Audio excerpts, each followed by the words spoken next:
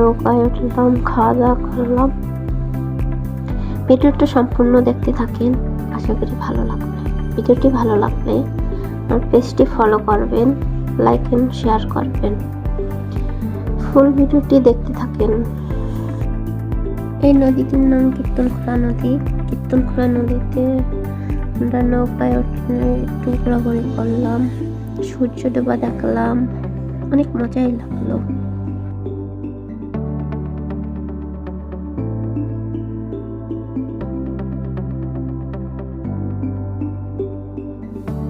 অনেক ভালো লাগলো, সূর্য ডোবা দেখলাম নৌকায় বসে বসে। নৌকায় উঠতে কার কার ভালো লাগে কমেন্ট করুন।